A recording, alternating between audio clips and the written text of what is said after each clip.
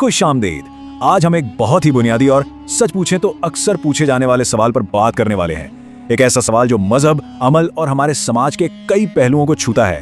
तो वो सवाल क्या है? सवाल ये है कि एक मुसलमान असल में कैसा होता है।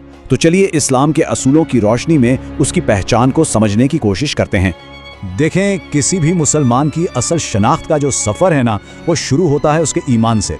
ये वो बुनियाद है, वो फाउंडेशन है जिस पर इसकी पूरी ज़िंदगी की इमारत खड़ी होती है।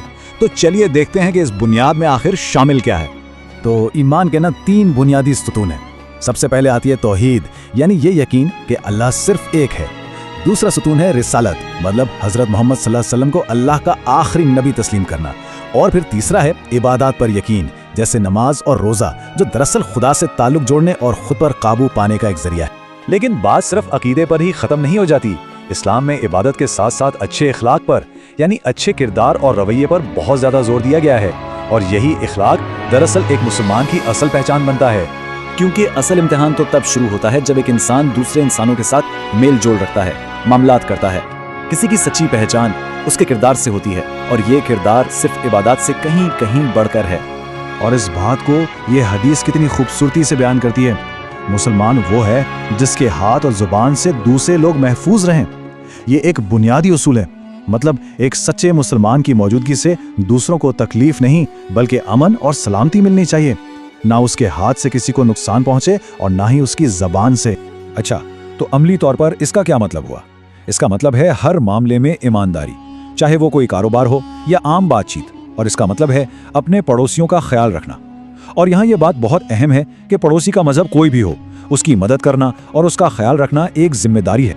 और यहाँ एक बहुत ही अहम नुक्ता सामने आता है, दोहरी जिम्मेदारी का तस्वुर।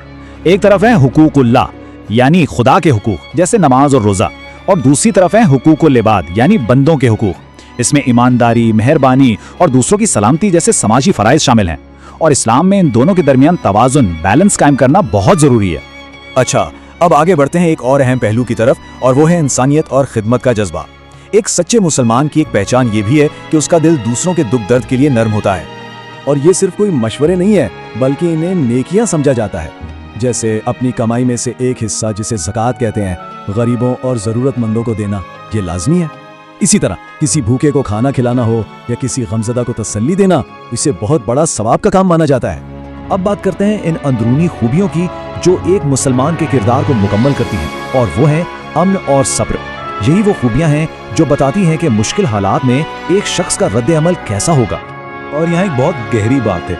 इस्लाम लफ्ज़ की जड़ ही अमन और सलामती से निकली है, और ये इस मज़हब के बुनियादी फ़लसफ़े की तरफ एक बहुत बड़ा इशारा है।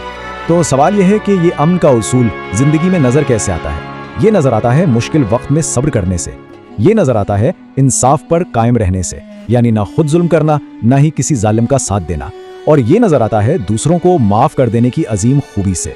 तो ईमान, अखलाक, खिदमत और अमन, अब तक हमने जिन तमाम पहलुओं पर बात की है, जब इन सब को मिलाया जाता है तो एक मुकम्मल तस्वीर सामने आती है। तो खुलासा यह है कि एक सच्चा मुसलमान वो है जो खुदा के बताए हुए रास्ते पर चलता है, और सिर्फ अपने लिए नहीं बल्कि पूरी दुनिया और तमाम इंसानियत के लिए एक रहमत, यानी एक ब्लेसिंग साबित होता है। इसका मकसद सिर्फ अपनी इबादत करना नहीं बल्कि पूरे मुआशरे में अमन और भलाई कायम करना है। तो आखिर में एक सवाल के साथ इस बात को ख़त्म करते हैं कि ईमान, किरदार और खिदमत के ये अजीम उसूल आज के माशरे में किस तरह नजर आते हैं। ये एक ऐसा सवाल है जो हम सबको अपने इर्द गिर्द देखने और सोचने की दावत देता है।